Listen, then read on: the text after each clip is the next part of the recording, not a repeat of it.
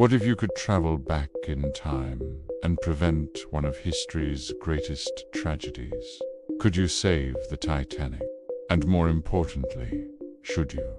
This is the central question of the novel Professor Thirsk's Time Squad, a thrilling science fiction adventure that pits futuristic technology against the unyielding course of history.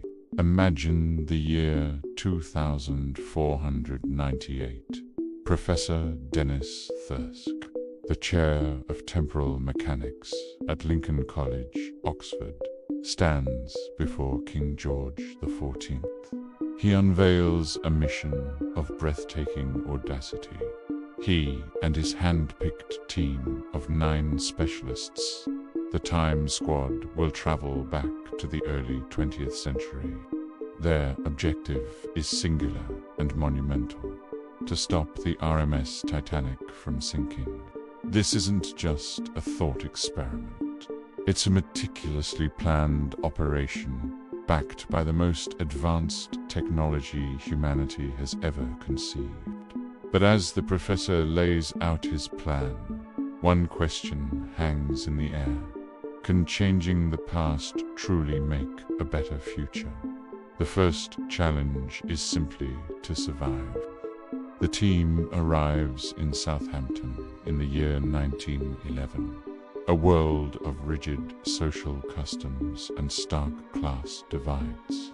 They must blend into Edwardian society, a task far more complex than just wearing the right clothes. Each member has a role.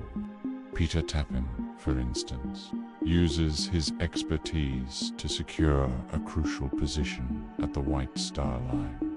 From this vantage point, he can monitor the Titanic's cargo and operations from the inside. Meanwhile, the team's advanced equipment, ultralight, high-strength hull plates, powerful water pumps, and specialized hoses discreetly smuggled aboard the ship. Each piece is disguised and strategically stored, ready to be deployed at a moment's notice, all while hiding in plain sight. It's a delicate dance of deception, where one misstep could unravel the entire mission before it even begins. So, how exactly do they plan to save a ship that history tells us is doomed? The Time Squad has a significant advantage. They've seen the future, or rather, the past. They've studied detailed recordings of the disaster. They know the iceberg didn't create one single massive gash, but a series of smaller punctures along the starboard side, dooming 6 of the forward compartments. Their solution is a marvel of 25th century engineering. The moment the ship strikes the iceberg, their plan springs into action. They will deploy their custom-made ultralight hull plates over the damaged areas. An electromagnetic system will clamp these plates into place, creating a temporary seal. Underwater welding torches will then secure them permanently. Simultaneously, their high-capacity pumps will begin expelling the incoming seawater at a rate far beyond what the Titanic's own systems could manage. The goal is to seal the critical compartments and reduce the flooding before it reaches the point of no return. Bit a race against time, a technical ballet performed in the icy waters of the North Atlantic. But intervening in history isn't just a technical problem. It's a moral minefield. The team quickly learns that their mission forces them into ethically ambiguous territory. This is powerfully illustrated through Lydia Luxon, one of the squad's specialists.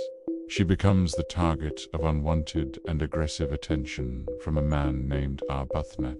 Protecting her and the mission's integrity requires a drastic step. Professor Thirsk, ever the pragmatist, decides to take matters into his own hands. He authorizes Arbuthnot's abduction, using a device called a time bubble to hold him captive and isolated from the timeline. They blackmail him into silence, ensuring he won't interfere.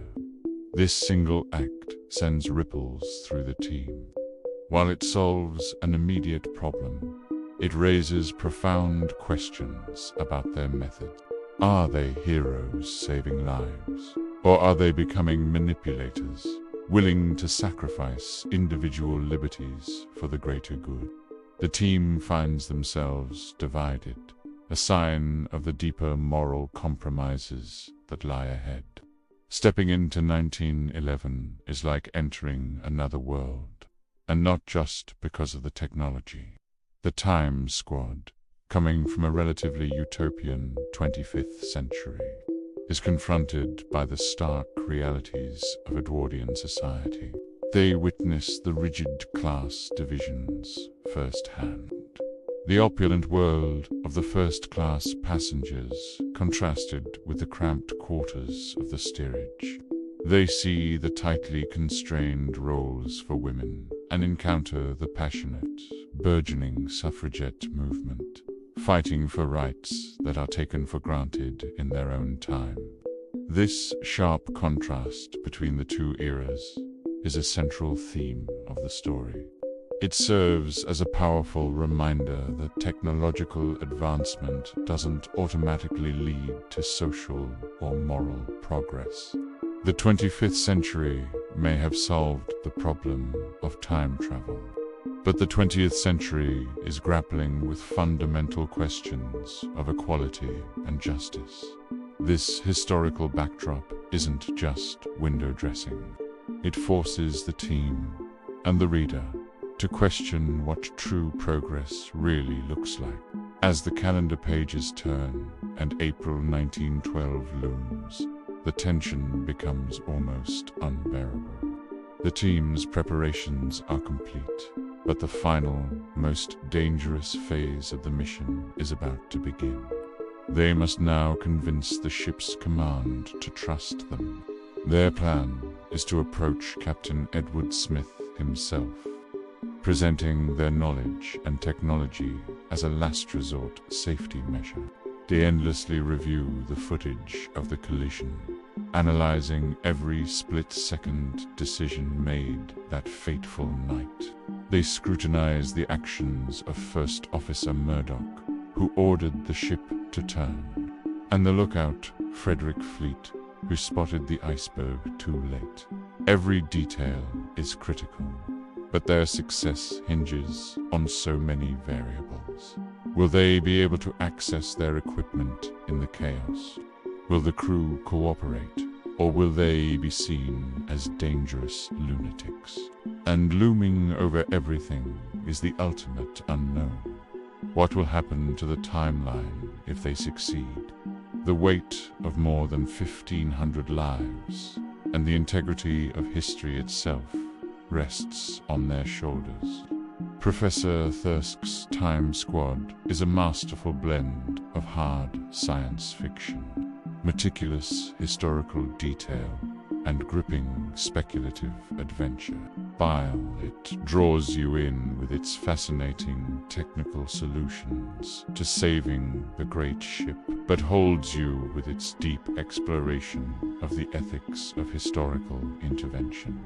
The novel forces us to ask difficult questions. Does possessing superior knowledge and technology give you the right to manipulate the past? Can you change history for the better without becoming a villain yourself? The story doesn't offer easy answers. It's a journey into the heart of a paradox, where the mission to save lives is fraught with moral peril. In the end, it leaves us with one haunting question. Even if the Titanic can be saved, what is the true cost of playing God? This is a story that will stay with you long after you've finished it. If you love stories that challenge your thinking and take you on an unforgettable adventure, you'll want to dive into this one. Thanks for watching. And if you enjoyed this look into a world of time travel and historical intrigue, be sure to like, subscribe, and follow for more.